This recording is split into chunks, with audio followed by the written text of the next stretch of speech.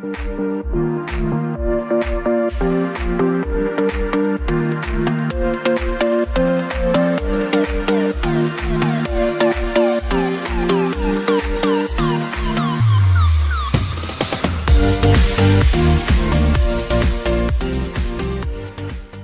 friends, I am Shivaji Bhaskar, Faculty of Russian at the School of Foreign Languages, IGNOU. I welcome you all to this course Basics of Russian Communication Skills Part 1. As you are aware that in the previous modules we have discussed about various aspects of the Russian language and phonetics. We have discussed about the Russian alphabet, words combinations, verbs and certain other examples. Now, in the previous module, since we were discussing about the verbs of motion, now we will take you to the case system in Russian.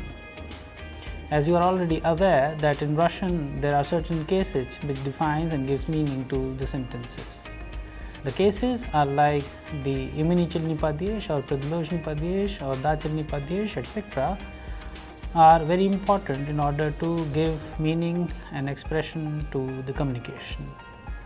Now, in this module, we will be discussing about the case system. The case system, as they are called падежи in Russian, we will be discussing and seeing with the help of a few examples that how and what kind of role do they play in the Russian language. So, the expressions like where and where to are often used through a case system which is known as the prepositional case. We use different prepositions like v and na, which actually means in, at and on, etc. to define the place of an action. Whereas by learning this, what do we understand is that we can give an expression to a sentence where we can define the exact place and place of action. That is why regarding the movement or the action, we discussed about the verbs of motion. Now, let's look at the basics of the Russian case system. As you already know that there are 6 cases in Russian language, and cases are an integral part of the Russian grammar. With the help of these cases, you can understand the meaning of expression of a sentence in a correct manner. So, now let's look at these 6 cases one by one. So, the first one is known as nominative case. In Russian, we call it именительный падеж. Here, in this case, we talk about the subject of the sentence. The second one is prepositional case, as called in Russian предложный падеж. In this case, which is used after these certain prepositions, like we already know, v and na, which can be defined as in, at or on. And then the third one is accusative case. It is known as винительный падеж in Russian. Винительный падеж is where the object of the sentence is determined. The fourth one is dative case. It is known as дательный падеж. The indirect object of the sentence is determined in this case. Then we have genitive case, which is known as родительный падеж, which indicates ownership.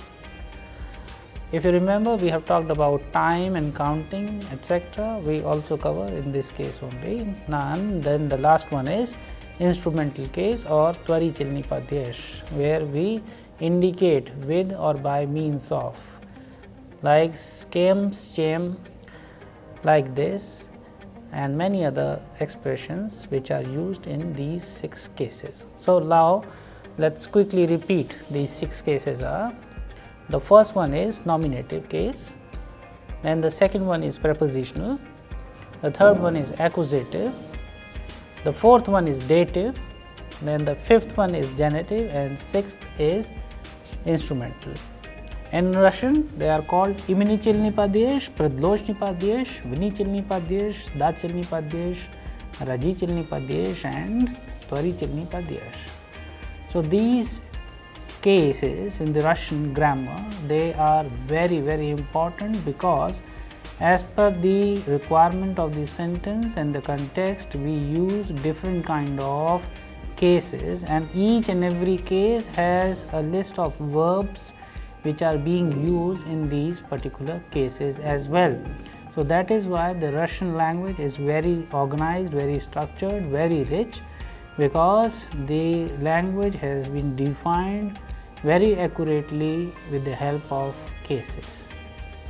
So, now let us go ahead and pay attention to some of the simple sentences which we can use to define what kind of role do these cases play in Russian grammar. So, the first one is known as nominative case or imichelny padyesh. It answers the question who or what. So, we already know kto and shto, these two cases, where we actually seek that whether it is animate or inanimate. So, kto animate and shto means inanimate. It is an initial form. All dictionaries give noun in the nominative only. So, if you look at any Russian dictionary, you will find all the nouns in the nominative form. Then you will find the gender, some of the examples and some of the expressions, but largely the meaning and the formation of these nouns are in this case only, which is known as nominative case. So, now let us take a few examples. The first one is student читает. Что читает студент? And кто читает? Кто читает? Студент читает. Что читает? Читает книгу. So, these kind of questions we can ask. However, depending upon the nature of the noun, we can define whether it is animate or inanimate. In this, it is a simple question. Кто это? Это студент. Alright, okay, now let us go ahead. Then we have the prepositional case, which is also known as предложный падеж. In this case, it is used to designate a place or a person, object, that is an object of speech and thought. How? Like, мой брат живет в деревне. Где мой брат живет? So, this question где is basically used to determine where. Где мой брат живет? Он живет в деревне, in the village. So, in the village, it is basically a construction of prepositional case where we have used the preposition v. Likewise, мой брат идет на стадион. Or we can say, где играет мой брат? Мой брат играет на стадионе. In this case, you can see the preposition na has been used. And likewise, there are numerous examples where we have used the nouns as per their genders in this particular case to define. Then, о ком говорит мой брат? О ком говорит? Мой брат говорит о друге. So, in this case, you are talking about a person. So, whenever we use a, it is also prepositional case. So, now let us understand how this preposition case works with an example like Ana мечтает о лете. She dreams about the summer. Цветы стоят на столе. Где стоят? На столе, on the table. So, the flowers are on the table. Leta changes into lete, ending o changes into ye, and stole ending changes into ye. These are the basics of the prepositional case. How do we change? Now, let us go ahead and pay attention to the third one. It is known as accusative case or vinichilny padyesh. What do we do in vinichilny padyesh? In this case, it designates the object of an action. So, for example, if I have Я читаю что? Я читаю газету. So, any noun of the feminine gender which ends with a changes into u. Я читаю что? Я читаю газету. But if it is Raman, then я читаю роман. There would be no change. But if it is animate and a masculine gender, then we have a construction. Я встретил кого? Кого means I met who? I met my friend. So in this case, I am saying я встретил друга. If it is Anton, я встретил Антона, Ashoka, Ramesha, etc. So in this case, the construction would be like this. Gazeta changes into gazetu, however, drug changes into druga.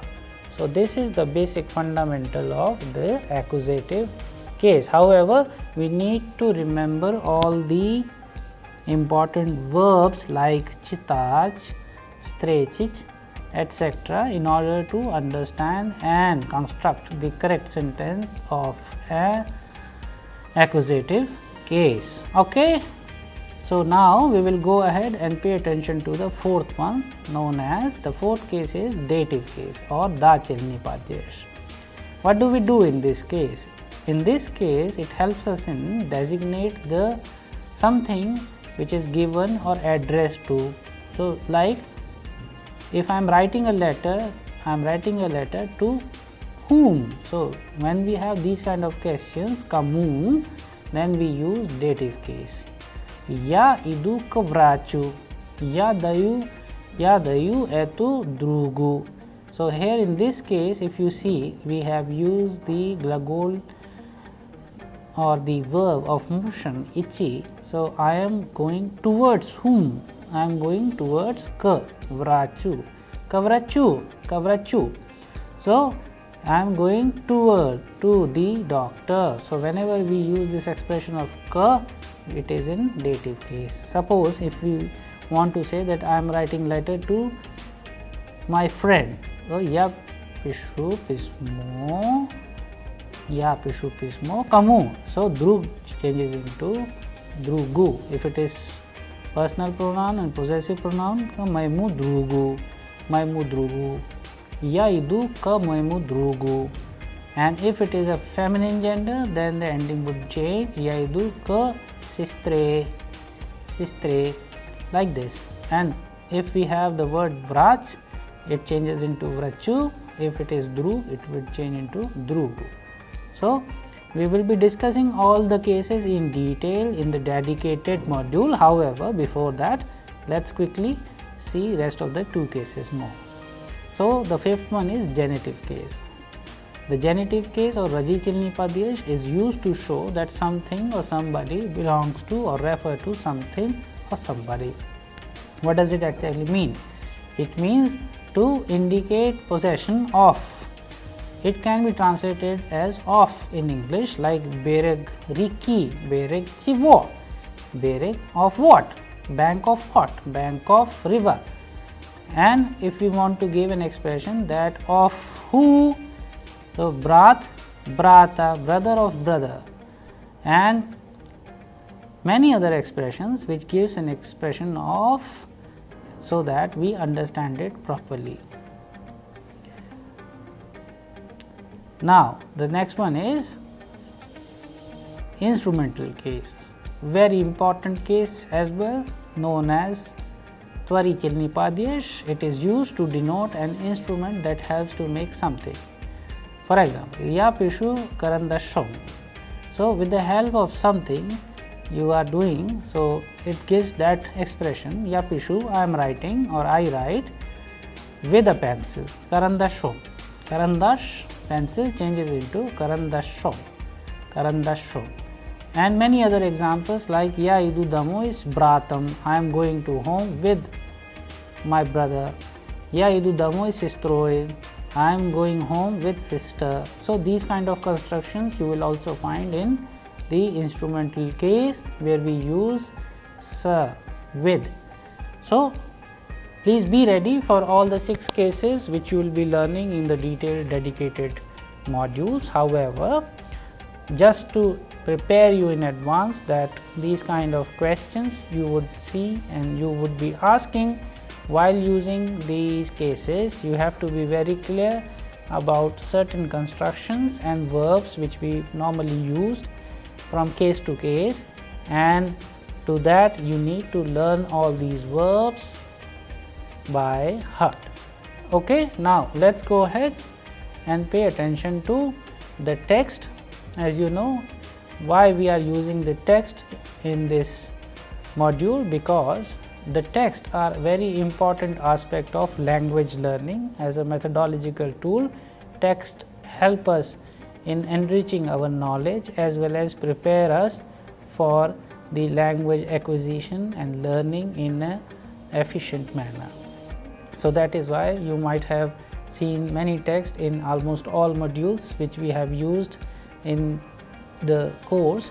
So that is why we always would like to recommend you to prepare your own small or big text with the help of the vocabulary, verbs, words, expressions, etc., which you are learning in this course.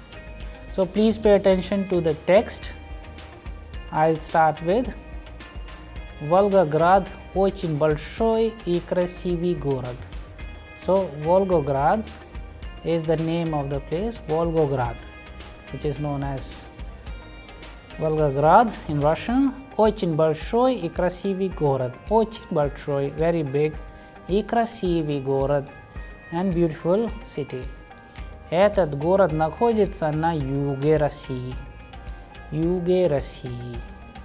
Мой друг Иван живет в Волгограде. Он студент. Раньше его родители жили в Москве, а сейчас они живут в этом городе.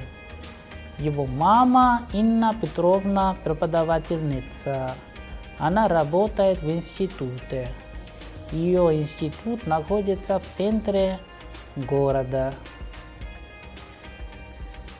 Его папа Антон Николаевич врач. Он работает в больнице. Эта больница находится недалеко. Его старшая сестра Мария учится в университете. Она живет в общежитии. Сегодня воскресенье. Вся семья отдыхает. Мама, папа и младшая сестра идут в парк. Иван идет на стадион. Сегодня на стадионе играют футбольные команды Динамо и Спартак. So in this text, however, you have a slight idea about the tone and texture of the Russian language. Now we will go to the beginning of the text and pay attention to the words, verbs and combinations and expression which we have used in the text, so that you can understand it properly. So, Volgograd очень большой и красивый город. Volgograd is a very big and a beautiful city. So, as per the requirement of the noun, there is an agreement between the adjective ending as well as the noun. In this case, there is an agreement between this город, which is of masculine gender, and красивый and большой. Alright, so большой и красивый город. Какой город? Волгоград. Какой город Волгоград? Волгоград очень большой и красивый город.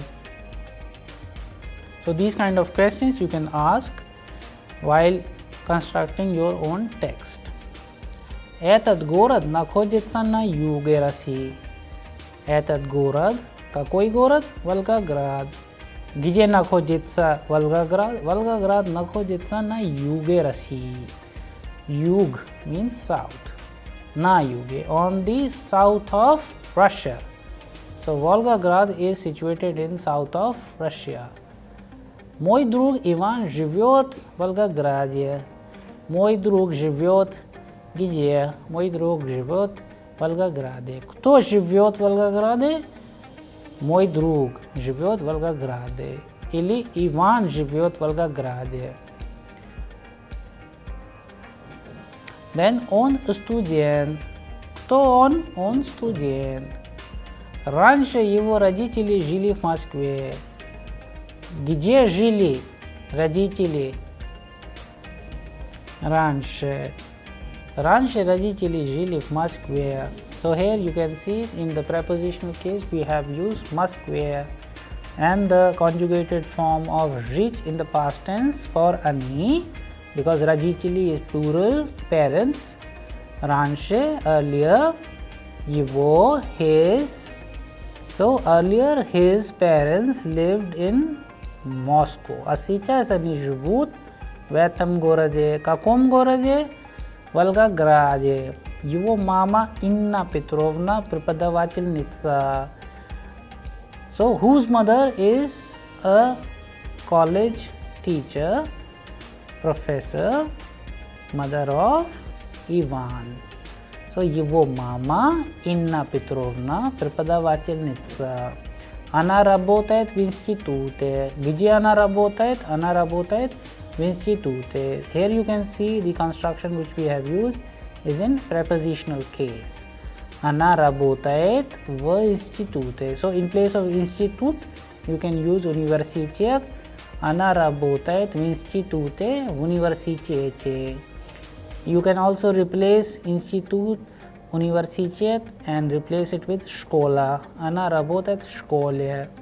But преподавательница we normally find in college or in a university. So if you want to make a construction, она работает в школе, for example, then it has to be учительница. Его мама Инна Петровна, она учительница, она работает в школе. So like this, so that there is an exact meaning and the construction of a sentence is technically correct. Then ее институт находится в центре города. Ее институт находится, is situated in в центре города. В центре. В центре, right in the center of the city, Volgograd. Okay, now let's go ahead and pay attention to the next para. Его папа Антон Николаевич врач. Врач. So, врач is a doctor. So, Антон Николаевич работает врачом. Кем он работает? Он работает врачом. This is the instrumental construction. If you want to make further sentences based on the cases, then you can also find these kind of constructions. However, you will learn about it in detail in the dedicated modules. Он работает в больнице. Где работает папа Антон? Папа Ивана, and his name is Anton Nikolaevich. Papa Ivana работает в больнице. So this is a construction of родительный падеж. Of father of Ivan. So Ivana. Отец Ивана Антон Николаевич работает в больнице. Кем он работает? Он работает врачом. So these kind of constructions. Then эта больница находится недалеко. Эта больница находится недалеко. Его старшая сестра Мария учится в университете. Then эта больница находится недалеко means this hospital is situated not very far. Недалеко. Его старшая сестра Мария учится в университете. And his elder sister Maria studies in the university. Она живет в общежитии. She lives in a hostel. Okay, now let's go ahead and pay attention to the last para of the text. Сегодня воскресенье. Сегодня воскресенье means today is Sunday. You can also change it with any other day of the week. Вся семья отдыхает. The entire family is taking rest. Мама, папа и младшая сестра идут в парк. Mother, father and younger sister are going to the park. Идут куда? Идут в парк. That is why the ending of park does not change because it is in the verbs of motion. А Иван идет на стадион. А куда идет Иван? Иван идет на стадион. Сегодня на стадионе играют футбольные команды Динамо и Спартак. So, here in this case you can see that we have used the preposition na. Сегодня на стадионе. Today at the stadium, football teams Dynamo and Spartak are playing. So, you can also make your own sentences like this. I hope the text is clear to you. Now, we will pay attention to some of the words, verbs and word combination and expressions. Like nakhojitsa, this we already know means to be situated. Gije nakhojitsa vash dom, moi dom nakhojitsa va deli. Daily, however, we don't pronounce daily, we pronounce daily, because it has been done so that you can understand when and where to use the preposition va. Nakhojitsa, gdzie nakhojitsa nasz uniwersytet, nakhojitsa w juge Delhi. Our university is situated in the south of Delhi. Я нахожусь, ты находишься, она находится. So, in this form you can conjugate the verb находится. And further you can see мы находимся, вы находитесь, они находятся. So, it is in continuity. You can also see that how do we use these different aspects of the verbs. But in this case, this is a very important verb nakhojitsa, which means to be situated. Okay, now let's go ahead and pay attention to that nakhojitsa is more often used in third person singular and plural number nakhojatsa. For example, muziei nakhojitsa v centre. Whereas эти фабрики находятся на востоке Дели. Vostok means east. So, these factories are situated or located in the east of Delhi. So, now let us pay attention to some of the verbs which we have used in this text. We have two verbs, rich and ichi. Rich we already know means to live and ichi means to go. Now, quickly see the conjugation of these two verbs. For rich, я живу, ты живешь, она живет, мы живем, вы живете, and они живут. Whereas in case of идти, я иду, ты идешь, она идет, мы идем, вы идете, and они идут. So, you can also use these conjugated forms as per the requirement of the sentence. For example, где живут ваши родители? Where your parents live?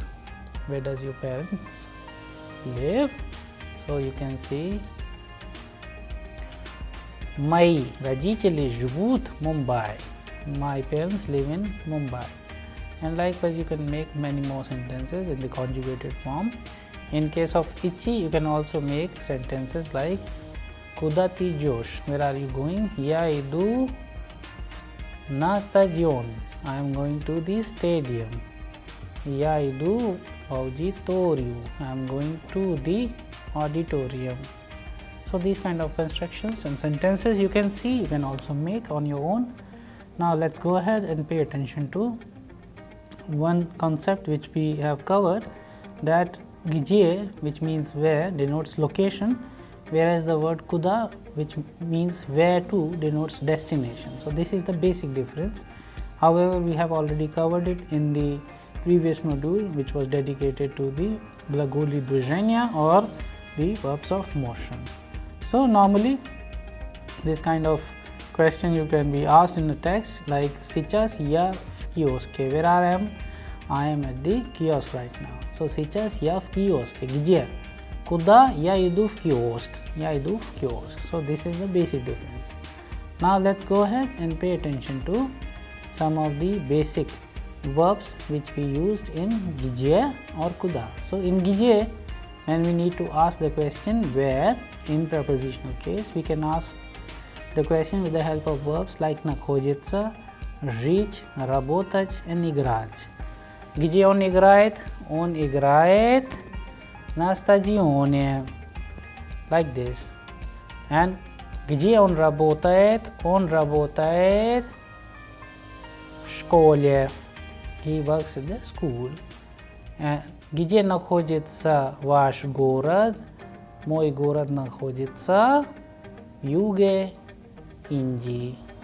Юге Индии, the south of India. So like this you can make. And куда? Куда ты идешь? Where are you going? Я иду в школу. I am going to the school. Куда ты ходишь? Where are you going? So in multiple direction. Then you can answer it as you require. Я иду and я хожу в театр. Я в театр. Ехать you can also use like this. But the difference is that идти and ехать, they are in a particular direction. Ходить and ездить are in multiple direction. Okay, now let's go ahead and pay attention to some of the sentences. Где дети играют в парке? Где играют дети? В парке. Prepositional case. And for куда Иван идет в парк. So we have used the same noun park but in two different settings. The first one is in preposition, the second one is in глаголе движения. And then we have sentences. Мария живет в общежитии. Где живет Мария? Она живет в общежитии.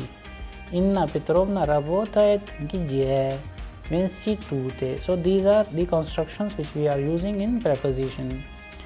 Whereas куда we can use Мария идет в общежитие. So общежитие remains like that. However, if we want to use in the form of a feminine gender, it can be Мария идет в библиотеку. Biblioteku, because it is in the verbs of motion. So that is why we have used the conjugated form of ichi kuda, and the feminine gender changes into u if it ends with r. If it is ya, for example auditoria, it would be Maria идет в аудиторию. Alright, so Inna Petrovna идет куда? Она идет в институт. Где она работает? Она работает в институте. Где Мария живет? Она живет в общежитии. So this is the basic difference. You can pay attention to how we have constructed these sentences based on the usage of где or куда. So I hope you have understood the basic meaning of the different cases of Russian. As these 6 cases, they give meaning to the construction of sentences and communication. That is why the usage of these different 6 cases are of utmost importance. However, there is a number of verbs and expressions which we oftenly use in a particular case. That is why identifying these verbs and expressions is not a very difficult task. You can note them down in your notebook in order to prepare yourself in advance for efficient communication in Russian, as well as you need to pay attention to the certain questions which we use in different cases, like you have seen кто and что in именительный падеж, whereas где and куда we use in the prepositional case and глаголе движения. You will also find many other such questions like кому, кого чего, с кем, с чем, and many other such expressions which actually defines with a very absolute clarity that this is basically of that particular case.